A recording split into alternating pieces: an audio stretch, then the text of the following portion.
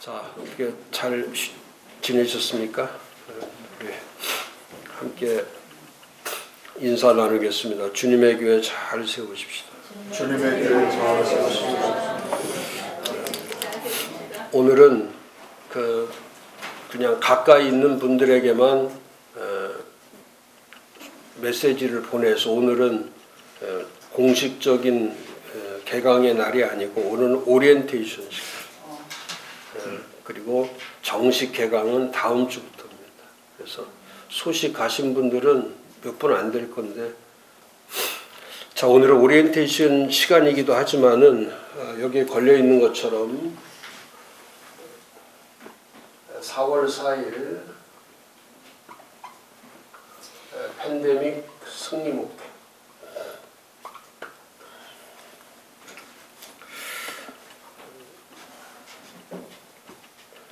(4월 4일이) 부활절이죠.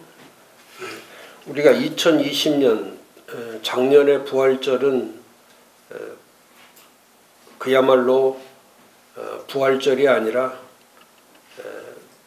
그 부활마저도 예배할 수 없는 그런 시간이었죠. 저는 올해도 준비하지 않으면 작년과 거의 흡사한 그런 부활절이 될 것 같아서 미리 좀 말씀드리는 것은, 올해 부활절은 지금부터 열심히 준비하지 않으면 많은 한국 교회들이 이 코로나 팬데믹 후유증으로 인해서 또 회복 불가능, 더 나아가서는 또 어려움이 가중되지 않겠나, 이제 그런 생각을 하는 거죠. 그래서 지금이 가장 중요한 목회적 골든타임이다. 그래서 지금이 가장 중요해요. 저는 2021년에 들어서면서 하나님이 주신 그 뜨거운 확신이 그겁니다. 2021년 하루하루는 제가 주일 메시지에 계속, 지금 주일 메시지마다 반드시 들어가는 단어가 카이로스라는 단어입니다. 카이로스라는 것은 하나님의 절대적 시간. 이건 돌이킬 수 없는 유일한 시간. 그러니까 지금 하루하루는, 2021년의 하루하루는 돌이킬 수도 없으며, 지금은 사람의 시간이 아니라 하나님의 시간으로 바뀌어버린 거죠. 모든 게 하나님의 시간으로 바뀌었어요. 이 코로나도 마찬가지고, 나라도 마찬가지고, 경제도 마찬가지고, 교회도 마찬가지고, 개인도 마찬가지고, 모든 것들이 지금은 하나님의 시간 속에서 움직이는, 이거는 무리의 힘이 아니라 지금은 사람의 힘으로 할 수 없는, 모든 것이 하나님의 힘으로밖에 할 수 없는 그런 시간이 왔어. 예전에는 이 크로노스라고 하는 또 많은 시간들이 우리 앞에 이렇게 기회로 올 수가 있지만은, 지금은 죄송한 말씀이지만은 기회가 없죠. 그래서 하루하루가 종말론적 삶을 살아야 되고, 하루하루가 후회 없이 살아야 되고, 하루하루가 정말 최선을 다하지 않으면 이제 돌이킬 수 없는 시간들이 만들어지는 거죠. 그래서 이 카이로스 목회를 어떻게 할 거냐, 카이로스 시간을 어떻게 보낼 거냐. 저 자신도 마찬가지예요. 이번 주 설교에도 제가 그런 말 써놨지만은, 정말 내일 일을 알 수가 없고, 또 어떤 미래로 갈 수 있을까, 어떤 미래가 우리 앞에 있을까, 그거는 예측이 불가능한 거죠. 전혀 예측할 수 없어요. 그래서 올해는 카이로스 목회, 카이로스 시간을 잘 보내야 된다. 그 하나님의 시간, 하나님이 주신 유일한 시간, 또 하나님이 주시는 돌이킬 수 없는 시간. 그래서 올해는 목사님들이 뭐 하나 결정 잘못하시면 돌이키지 못해요. 그렇게 이 정부도, 저는 이제 그런 생각 많이 하는데, 이 정부도 돌이킬 수 없어요. 또 제가 오늘 기도하면서도 먹먹했지만은 이번에 정은희 사건을 보면서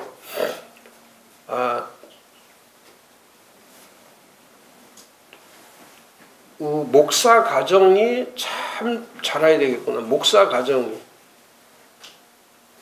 그렇잖아요. 그 양부모의 또 그 부모들이 전부 목사 아닙니까?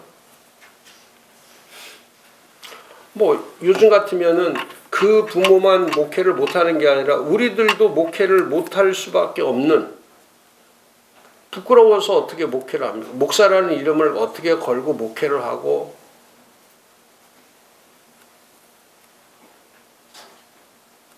목사라는 이름을 어떻게 대고, 우리 아이들도 한동대 둘 다 나왔지만은 우리 아이들도 그러더라고. 어제도 아이들이 그러더라고. 참 한동대 나온 게 부끄럽다. 목사로서도 부끄럽고, 또 크리스찬 학교 나왔다는 것도 부끄럽고,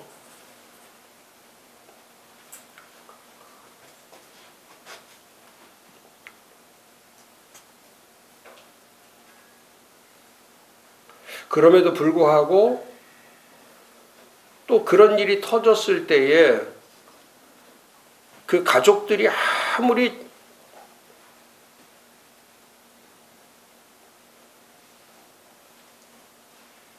자기 자식이라 할지라도 책임을 질 줄 알아야 돼. 책임을 질 줄. 그렇게 되면 그날 교회도 사임하고 모든 거 정리해서 이 나라를 떠나든지, 그렇게 해야 그게 정상인 겁니다. 정상인 거죠. 저렇게 버티고 앉아있는 게 정상이 아니고, 변명하고 하는 게 정상이 아니고. 오늘 아침에도 제가 말씀 보면서 다윗이 하나님 마음에 합한 자였지만 솔로몬 시대에 가서 솔로몬이 망가져버리고, 그 솔로몬이 망가지니까 그의 아들 르호보암이 망가지면서 결국 이스라엘이 온 백성, 남북이 갈라지고 그 온 백성들이 그 오랜 기간 동안에 고통을 당할 수밖에 없는,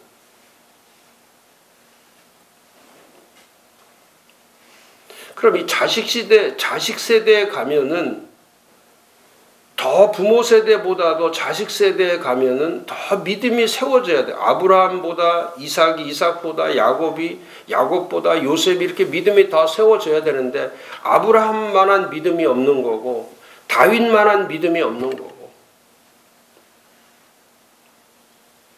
요즘에 1월 한 달 동안에 저희들이 시편 하고 있잖아요. 시편 전체가 뭡니까? 시편은 절망의 노래고, 시편은 이 사막의 광야의 노래, 사막과 광야의 노래. 그리고 절박한 죽음이 임박할 때 불렀던 그 노래인데 그 노래들이 전부 다 절망에서 희망으로, 그 막장에서 새빛으로 움직이는 모든 것들이 역전되고 반전되고 역설적으로 바뀌는 그 전 과정을 만들어 가는 게 시편의 주제란 말이죠. 이 코로나 팬데믹을 이겨가고 우리들의 열악한 환경들을 이겨나가고,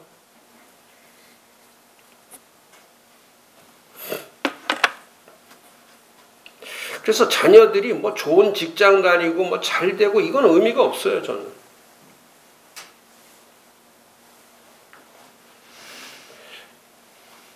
가장 중요한 거는 그 중심에 믿음이 있냐 없냐. 중심에 진짜 이게 이 믿음이 있는 하나님의 자녀냐.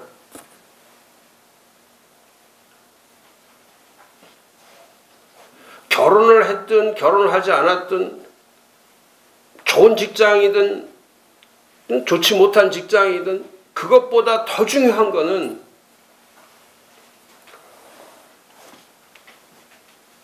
얘네들이 믿음의 자녀들이냐, 진짜 믿음에 서 있는 아이들이냐.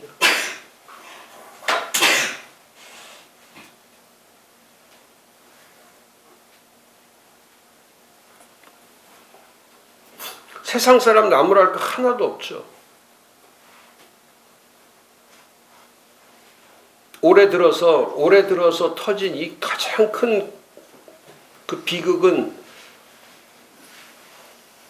한국 교회의 치명적인 이 코로나 팬데믹 못지않게 치명적으로 지금 터져 있는 큰 것, 정은희 사건과 좀 요즘 터지고 있는 열방센터.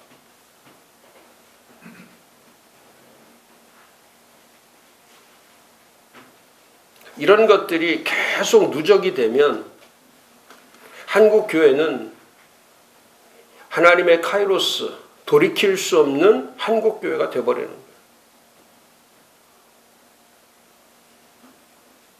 그래서 우리 목사들의 자녀, 또 장로들의 자녀, 믿는 가정의 자녀들 다시 한번 믿음 점검하고 다시 한번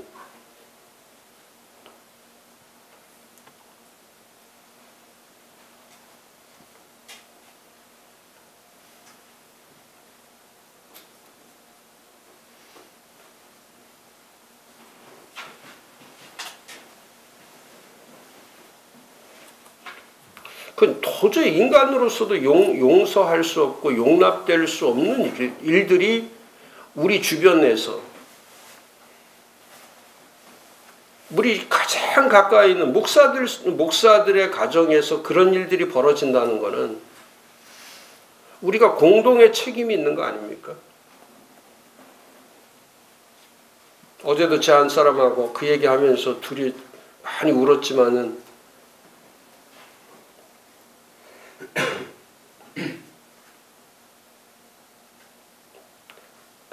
그런 아이들이요,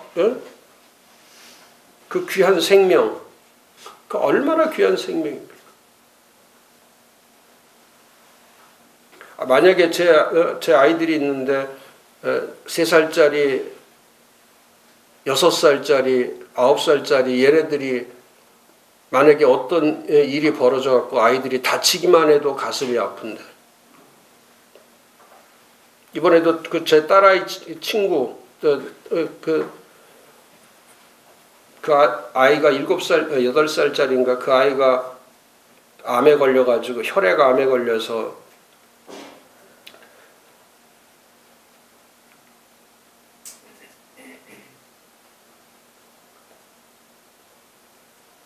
항암 치료를 받는데 세 번째, 네 번째 받는데 아이가 완전히 이제 항암 주사를 맞으면서 이 아이에게 좋은 세포들이 다 망가진 7살짜리 아이의 몸에 그 강한 항암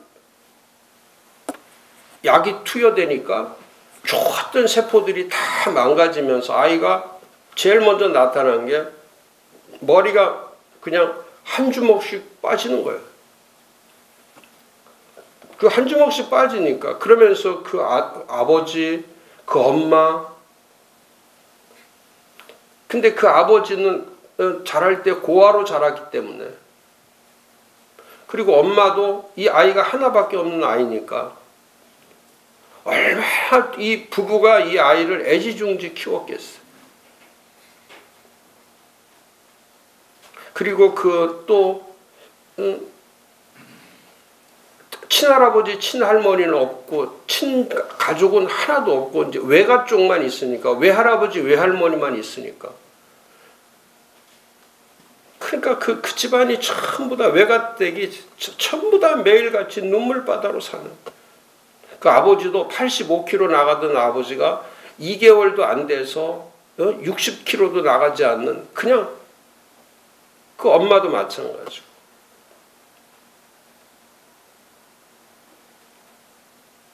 그래서 그 아이를 위해서 예수는 믿지 않지만 그 가정을 위해서 제가 기도하면서 하나님 앞에 구했던 게 그거예요. 그러니까 이 아이 머리가 막 뭉텅뭉텅 빠지니까 얘가 거울을 보면서 실망을 하는 거죠. 요즘은 7, 8살만 돼도 예민하니까 막 낙심을 하는 거예요. 그러니까 그러면서 아버지가 또 엄마가 이제 머리를 깎아주려고 머리를 다 이렇게 밀어주려고 하니까 죽어도 안 민다는 거예요. 빠져도 그 상태가 더 좋다는 거예요. 그러니까 그 앞에서 그 아버지가 그 아들 보는 앞에서 아버지가 자기 머리를 깎는 거야. 그 아버지가 머리를 깎으니까 그 다음에 얘가 머리를 깎아달라고 하는 거예요. 그러고 성탄절 날이 온 거예요. 25일날 성탄절이 돼서 시골에 있는 외할아버지, 외할머니가 그 병원에 그 손자를 보러 찾아왔는데 기가 막힌 게 뭐냐면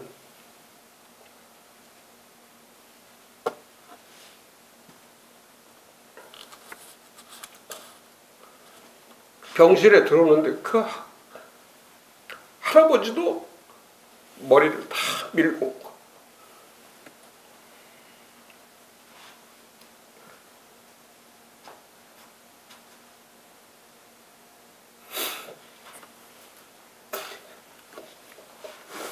그 아이 하나를 위해서 그의 부모 또 할아버지 할 것 없이 그렇게 다 예수 믿지 않아도 그 주변에 그런 분들이 있단 말이죠. 예수를 믿지 않아도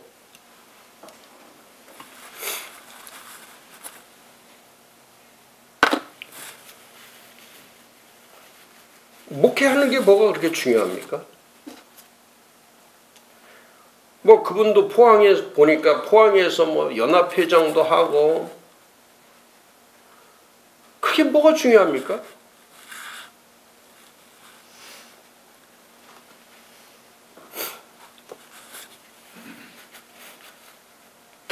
또 안동에서 목회하는 그 침례교 목사님 목회가 뭐가 중요합니까?